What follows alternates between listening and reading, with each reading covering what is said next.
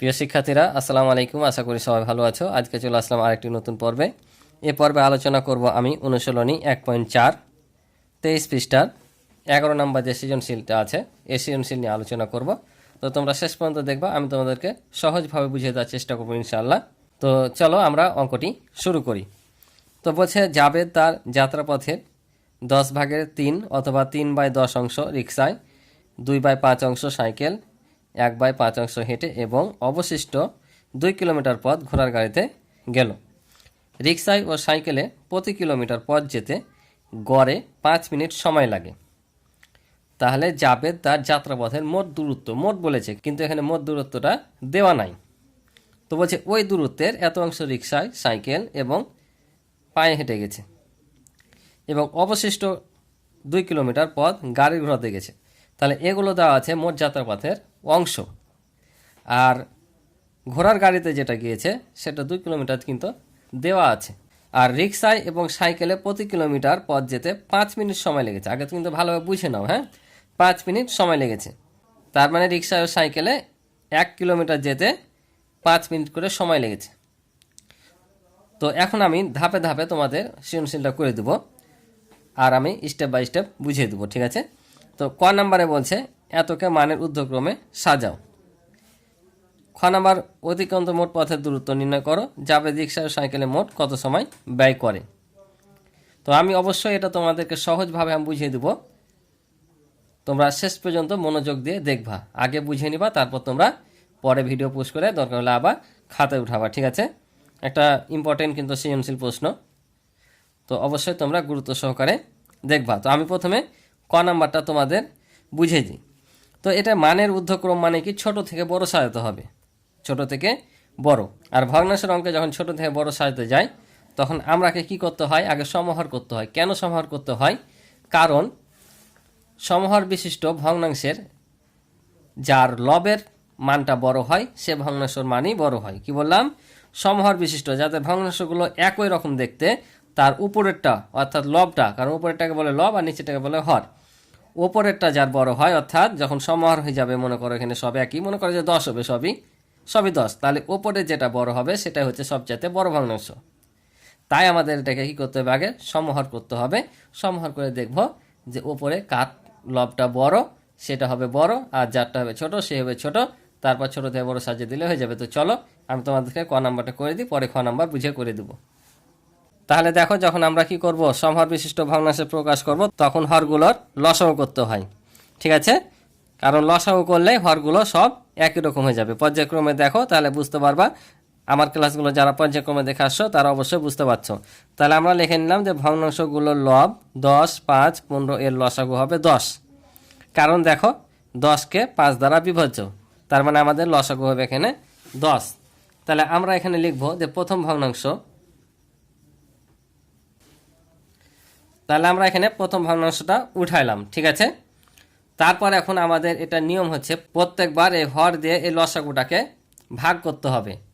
এখানে আর এক লাইন লিখলে হতো যে ভাগ করে দেখিয়ে দিয়ে, আমি দেখালাম না, এইভাবে করাচ্ছি। তোমাদের যারা পূর্বের ক্লাস দেখেছো তারা বুঝতে পারছো যে আমি একটা লাইন করেছিলাম এইভাবে, যে 10কে 10 দিয়ে ভাগ করে 1 পেয়েছিলাম, কমা দিয়ে এখানে 3/10 লিখে আবার কি করেছিলাম, 3-এর সাথে একবারে ভাগফলটা গুণ, আর হরের সাথে একবার ভাগফলটা গুণ করে 3/10 বসিয়েছিলাম, ঠিক আছে? এভাবে করেছিলাম। কিন্তু আমি এবার ডাইরেক্ট করাচ্ছি। তোমরা কি করবা, এখানে ভগ্নাংশটা উঠিয়ে দাগ দিবা, দিয়ে এই হর যেটা থাকবে সেটা দিয়ে লসাগুটাকে ভাগ করবা। ভাগ করে যেটা পাবা সেটা একবার এই লবের সাথে গুণ করবা, একবার হরের সাথে গুণ করবা। তাহলে 10 দিয়ে 10কে ভাগ করলে 1, তাহলে এখানে 1 গণিত, তাহলে ওপরও 1 নিচেও 1, তাহলে সমান সমান উপরে কত পেলাম, 3, আর নিচে হচ্ছে 10, ঠিক আছে? এটুকু করলে হবে। এভাবে যদি নাও করো, এভাবে লিখো, তারপরও সমস্যা নাই, ঠিক আছে? এবার লিখবো আমরা দ্বিতীয় ভগ্নাংশ। তাহলে দ্বিতীয় ভগ্নাংশ কত আছে দেখো, 2/5। তাহলে আমরা কি করব, 2/5 আবার উঠিয়ে নেব, গুণ দিব, তারপর এই 5 দিয়ে এই 10কে ভাগ করব। ভাগ করলে কত হয়, 5 2 10, 5 কত 2, এই 2টা একবার এই লবের সাথে গুণ, একবার হরের সাথে গুণ। তাহলে গুণ করলে উপর হবে 2 2 4, আর নিচে 5 2 10। তাহলে দেখো হরগুলো সব একই রকম হচ্ছে, অর্থাৎ এখানে যে লসাগুটা পাবো হরগুলো ঠিক এই সমানই হবে। বুঝেছো? লসাগু যা পাবো প্রত্যেকটা ভগ্নাংশের হর ততই হবে। তাহলে হচ্ছে উপরে 4 পেলাম আর নিচে 10। এবার তৃতীয় ভগ্নাংশ, তাহলে তৃতীয় ভগ্নাংশটা কি দেওয়া আছে?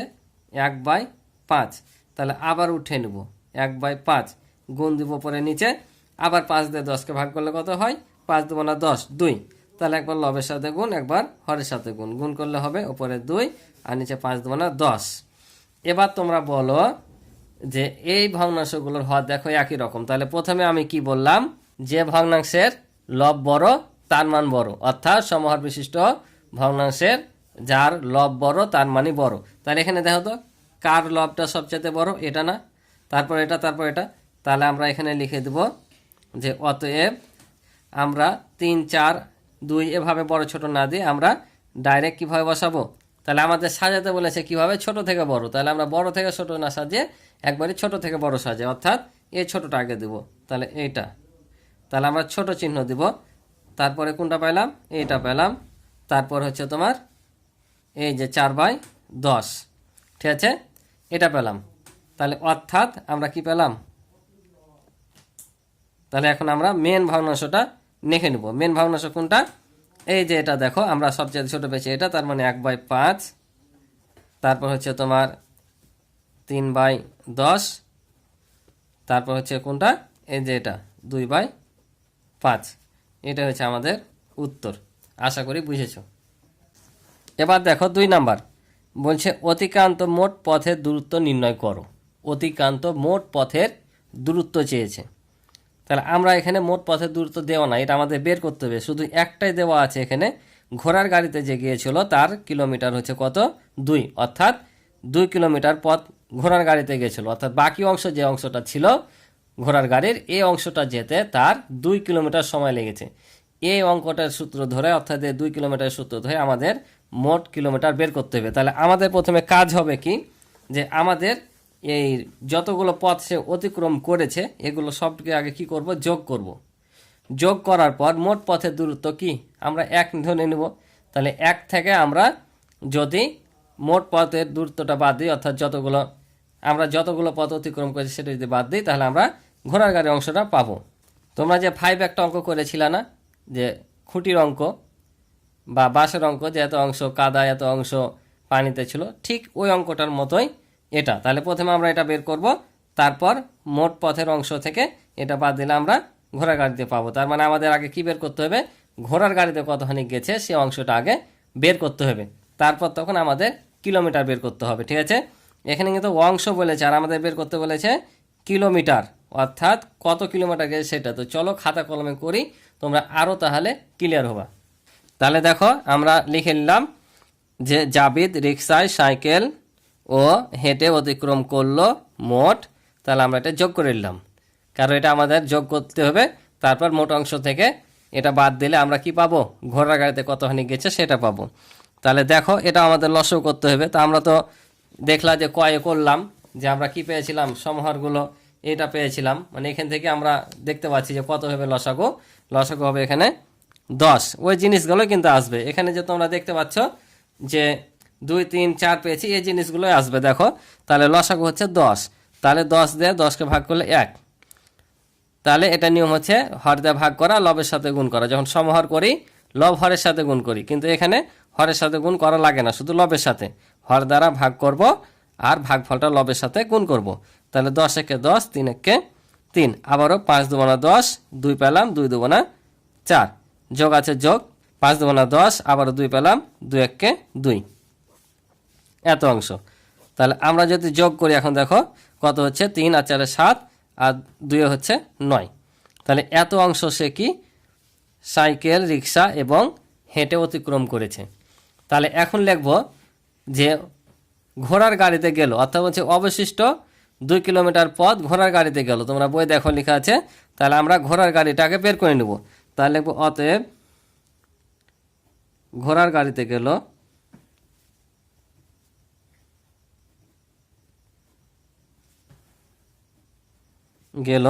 এখানে মোট অংশ কত? তোমরা এখানে এই কথাটা লিখে নিবা যে মনে করি মোট অতিক্রান্ত দূরত্ব হচ্ছে 1, কারণ এখানে মোট অতিক্রান্ত দূরত্বটা দেওয়া নাই। তো এটা যেহেতু ভগ্নাংশের অধ্যায়, সকল প্রকৃত ভগ্নাংশ একের চাইতে ছোট, তো আমরা ধরে নিলাম যে মোট অতিক্রান্ত দূরত্ব 1। তাই ওখানে একটু লিখে নিবা যে মনে করি মোট অতিক্রান্ত দূরত্ব 1। তারপর তখন আমরা ঘোড়ার গাড়িতে কত গেল সেটা বের করব। তো দেখো বের করে দিচ্ছি। তো এরকম ধরনের অঙ্কে তোমরা সবসময় জানবা মোট অংশ হচ্ছে 1, ঠিক আছে, 1, কারণ প্রত্যেকটা প্রকৃত ভগ্নাংশ একের চাইতে কিন্তু ছোট। কি বললাম? প্রত্যেকটা প্রকৃত ভগ্নাংশ একের চাইতে ছোট। সে যত বড়ই সংখ্যা থাকুক না কেন, যদি প্রকৃত হয় একের চাইতে ছোট হবে, তাহলে আমরা এখানে মোট অংশ হচ্ছে 1। 1 থেকে আমরা যে অংশগুলো অতিক্রম করেছে সে অংশগুলো কি করব? বিয়োগ করে দেব। তাহলে আমরা ঘোড়ার গাড়ির অংশটা পেয়ে যাব। তাহলে লসাগু কত হবে? 10। যখন কোনো নিচের সংখ্যা থাকে না, একটা এমনি পূর্ণ সংখ্যা থাকে, ভগ্নাংশ সংখ্যা না পূর্ণ সংখ্যা, তখন এটা নিচে 1 ধরতে হয়, ঠিক আছে, তাই এটা লসাগু 10। তাহলে এটার নিচে যদি 1 হয়, তাহলে অর্থাৎ 1 হয়, 1 দিয়ে যদি আমরা 10কে ভাগ করি 10ই পাবো, আর 10-এর সাথে 1 গুণ করলে 10ই হবে। অর্থাৎ কোনো যদি এরকম পূর্ণ সংখ্যা দেখো ভগ্নাংশ ছাড়া, তাহলে সরাসরি লসাগুটা এটার সাথে গুণ করে দেবা, বাস। পূর্ণ সংখ্যা হলে কি হবে? সরাসরি গুণ করে দেবা। তাহলে 10 পেলাম, আবার 10কে 10 দিয়ে ভাগ করলে 1, 1-এর সাথে 9 গুণ করলে হবে কত? 9। তাহলে নিচে 10 আছে, 10ই থাকবে। আর আমরা যদি এখন 10 থেকে 9 বাদ দিই, তাহলে কত হয়? 1। তাহলে এই অংশটা কি হয়েছে? ঘোড়ার গাড়িতে গেছে। আর এখন বইয়ে বলেছিল, দেখো এই ঘোড়ার গাড়ির অংশটা হচ্ছে 2 কিলোমিটার। অর্থাৎ এখানে যে তোমরা দেখতে পাচ্ছ ঘোড়ার গাড়ির অংশ, এই ঘোড়ার গাড়ির অংশটা যেতে সময় লেগেছে 2 কিলোমিটার। তার মানে এ অংশের দৈর্ঘ্য হচ্ছে 2 কিলোমিটার। তাহলে এ অংশের দৈর্ঘ্য যদি 2 কিলোমিটার হয়, তাহলে মোট অংশের দৈর্ঘ্য কত? আর মোট অংশ কত? 1, মানে এক অংশের দৈর্ঘ্য কত? তাহলে আমরা যদি এ 2 কিলোমিটারকে এ অংশ দিয়ে ভাগ করি, তাহলে আমাদের বের হয়ে যাবে। কেন ভাগ করতে হবে করে দেখায়, তাহলে বুঝতে পারবা। তো আমাদের চেয়েছে উত্তর কি? কিলোমিটার চেয়েছে। তাহলে আমরা লিখব প্রশ্ন মতে, অর্থাৎ প্রশ্নে যা বলেছে তাই, এত অংশের দৈর্ঘ্য, এত অংশের দৈর্ঘ্য বলেছে কত কিলোমিটার? 2 কিলোমিটার। সংক্ষেপে লিখলাম 2 কিলোমিটার। অতএব 1 বা সম্পূর্ণ, কারণ একটাই হচ্ছে কি এই পথের মোট অংশ। তাহলে 1 বা সম্পূর্ণ অংশের দৈর্ঘ্য। কেন ভাগ করতে হবে বললাম? কারণ আমরা জানি যে একটির মান বা একের মান বের করতে হলে ঐকিক নিয়মে কী করতে হয়? ভাগ করতে হয়। এখানে যে সংখ্যা থাকুক না কেন, যদি আমরা এখানে একের মান বের করি দ্বিতীয় লাইনে, তাহলে সবসময় কী করতে হয়? ভাগ করতে হয়। ওই জন্য আমরা এটাকে ভাগ করব। তো এখানে ভাগ যদি তোমরা বসাও সরাসরি তা হবে, গুণ দিয়ে যদি উল্টে দাও তা হবে। তোমাদের বোঝানোর জন্য আমি ভাগই দিলাম, এখানে মনে করো ভাগে দিলাম, ঠিক আছে, 1 লাইন বেশি করাই যেন বুঝতে পারো। তাহলে এখন এই যে আমরা ভাগ আছে, আমরা জানি ভাগ করার সময় কি করি? গুণ করে উল্টে দিই। লবটা আসে নিচে আর হরটা যায় উপরে, তাহলে হর উপরে চলে যাবে আর লবটা নিচে আসবে, ঠিক আছে। এই লাইনটা না করলেও পারতা, আমি শুধু জাস্ট তোমাদের বোঝানোর জন্য এটা করলাম, ঠিক আছে। তোমরা এই লাইনটা না করে সরাসরি উল্টে দাও। আমি কিন্তু সরাসরি করি, কিন্তু আজকে তোমাদের কি জানি মনে হলো যে এভাবে করলে মনে হয় সুবিধা হবে। তাহলে আমরা যদি এখন গুণ করে দিই, দেখো নিচ নিচ গুণ করবো, ওপর ওপর গুণ করবো। তো নিচে তো 1 ছাড়া কিছুই নাই, কারণ এর নিচেও 1, আর ওপরে 10 দুগুণা 20, নিচে 1 থাকলে দিতে হয় না। তাহলে 20 কিলোমিটার। অর্থাৎ জাবির যে যাত্রাপথ শুরু করেছিল তার কিলোমিটার কত ছিল? মোট কিলোমিটার ছিল 20 কিলোমিটার। এখানে শুধু লিখে নিবা, যেহেতু প্রশ্নে বলেছিল অতিক্রান্ত মোট পথের দূরত্ব নির্ণয় করো, তাহলে লিখে দেবে জাবিদের অতিক্রান্ত মোট পথের দূরত্ব 20 কিলোমিটার, ঠিক আছে। আর এটাই হবে উত্তর। আশা করি বুঝেছ। তো চলো আমরা গ নাম্বারটা সমাধান করি। তো গ নাম্বারে বলছে জাবিদ রিকশায় ও সাইকেলে মোট কত সময় ব্যয় করে? রিকশা এবং সাইকেলে, এখানে ছিল রিকশা, সাইকেল আর হেঁটে। তো হেঁটে যেটা ওটা বাদ দিয়েছে, শুধু রিকশায় ও সাইকেলে মোট কত সময় ব্যয় করে। তো এখানে দেখো রিকশায় আর সাইকেলে গেছিলো তোমার কত? এই অংশটা আর এই অংশটা। আর তারা রিকশা আর সাইকেলে প্রতি কিলোমিটার মানে 1 কিলোমিটারে গেছিলো গড়ে 5 কিলোমিটার। তাহলে এটা সিম্পল, 1 কিলোমিটার যেতে সময় লাগে 5 মিনিট।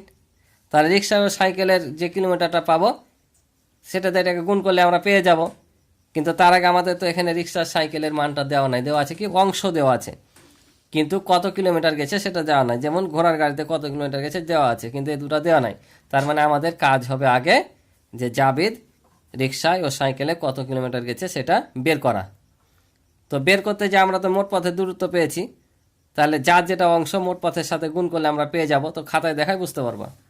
তাহলে দেখো আমরা লিখে নিলাম যে খ হতে পাই জাবিদের অতিক্রান্ত মোট পথের দূরত্ব আমরা 20 কিলোমিটার ক্ষয় পাইলাম। তাহলে এখন আমাদের কাজ হচ্ছে কি রিক্সায় কত কিলোমিটার গেছে আর সাইকেলে কত কিলোমিটার গেছে সেটা বের করা।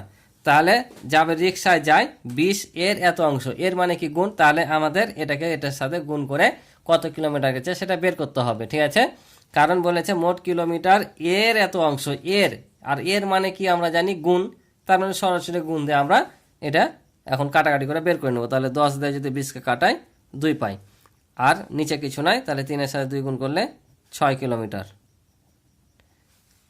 তাহলে সেমভাবে এখন সাইকেলেরটা বের করব।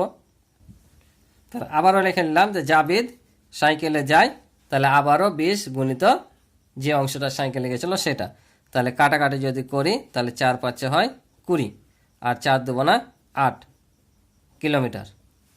তাহলে এখন এই দুটা কি করব, যোগ করে নিব যে রিক্সায় ও সাইকেলে মোট যায়। তাহলে দেখো এই দুটো আমরা যোগ করে নিলাম যে জাবিদ রিক্সায় ও সাইকেলে মোট অতিক্রম করে, তাহলে 6 যোগ 8 সমান 14 কিলোমিটার। এখন দেখো আমাদের সহজে গেল।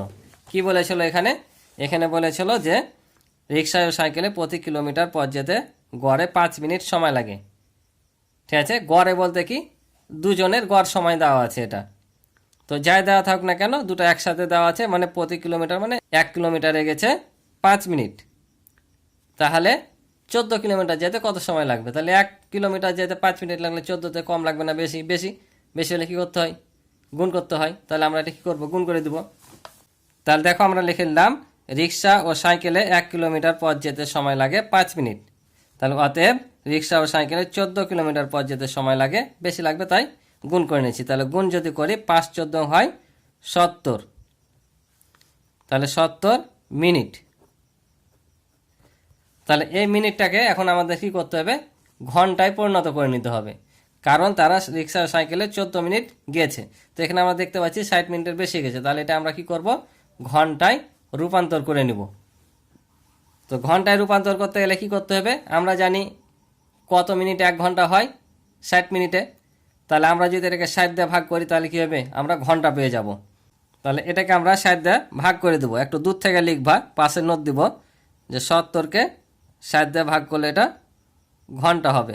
এখানে লিখবো যেহেতু 60 মিনিট সমান 1 ঘন্টা, সংক্ষেপে লিখলাম, জায়গাটা হচ্ছে না, এত মিনিট। ঠিক আছে, তারপর তাহলে আমরা এখন কি করব, এটাকে ভাগ করব। তো আমরা এটাকে যদি ভাগ করি, তা দেখো আমরা যদি 60 দিয়ে 70কে ভাগ করি তাহলে কত হবে, 60-কে 60 বাদ দিলে হয় 10। তাহলে আমরা জানি যখন ভাগশেষ থেকে যায় তখন এটা চলে আসে ওপরে আর এটা আসে নিচে। কাটাকাটি যদি করে নিই দেখো তাহলে কত পাচ্ছি, 1/1/6। তাহলে আমরা এখানে বসাবো 1/1/6, এটা হচ্ছে ঘন্টা। তাহলে এটা দেখো এ অংশটা কি ঘন্টা, এটাও ঘন্টা। আমরা যদি এখানে 1 ঘন্টা যোগ 1/6 ঘন্টা আমরা এভাবে লিখবো, কারণ এটা ঘন্টা মানে কি এটাও ঘন্টা এটাও ঘন্টা। আমরা যদি এটা আলাদা করে নিই, আবার যদি আমরা এটা কি করি, যোগ করে নিই, লসাগু হবে 6, 6-কে 6 আর উপর হবে 6-কে 6, 1-কে 1, তার মানে 6 আর 1 যোগ করলে 7 হবে। অর্থাৎ এভাবে ভাঙলে আবার আমাদের এই ফিগারটা কিন্তু আসবে যদি আমরা লসাগুকে, তাই এটাকে এভাবে ভাঙানো যায়। তাহলে আমরা কিন্তু 1 ঘন্টা পেয়ে নিলাম। তাহলে 1 ঘন্টা, আর এই যে ঘন্টাটাকে এখন আমরা কি করব, এটা মিনিটে প্রকাশ করব। তাহলে মিনিটে প্রকাশ করতে গেলে আমরা জানি 60 মিনিটে হয় 1 ঘন্টা। তাহলে এটাকে 60 দিয়ে গুণ করলে এটা কী হয়ে যাবে, মিনিট হয়ে যাবে। তাহলে 6-10 কত, 60। অর্থাৎ এখানে আমাদের উত্তর হবে 1 ঘন্টা 10 মিনিট। আমরা কিন্তু এখানে বুঝতে পারছি যে 1 ঘন্টা 10 মিনিট পাবো, কিন্তু বুঝলে কিন্তু হবে না, বুঝতে পারছো, এটা করে দেখাতে হবে। আমরা যে বুঝতে পারছি এখানে 1 ঘন্টা 10 মিনিট হবে, তা যে ডাইরেক্ট বসে দেবো তা না, এটা কিন্তু একটু করে দেখাতে হবে, না করে দেখালে কিন্তু নাম্বার কাটার চান্স থাকবে। করে দেখাবো তোমরা। তাহলে এখন লিখবো এখানে যে অতএব জাবেদ রিক্সায় ও সাইকেলে সময় ব্যয় করে 1 ঘন্টা 10 মিনিট। এটা হচ্ছে উত্তর। আশা করি বুঝেছো। তো আজকে এ পর্যন্ত ছিল এই পর্বের অঙ্ক। ক্লাসটি ভালো লেগে থাকলে অবশ্যই চ্যানেলটি সাবস্ক্রাইব করে আমার পাশে রইবে এবং ভিডিওতে অবশ্যই একটি লাইক করে দিবে। আর তোমাদের কোনো বিষয়ে জানা থাকলে অবশ্যই কমেন্টের মাধ্যমে জানাবে। আর ইতিপূর্বে যারা আমার চ্যানেলটি সাবস্ক্রাইব করে আমার পাশে রয়েছে তাদেরকে অসংখ্য ধন্যবাদ। আজকে এ পর্যন্ত, ভালো থাকো, সুস্থ থাকো, দেখা হবে পরবর্তী নতুন পর্বে। আল্লাহ হাফিজ।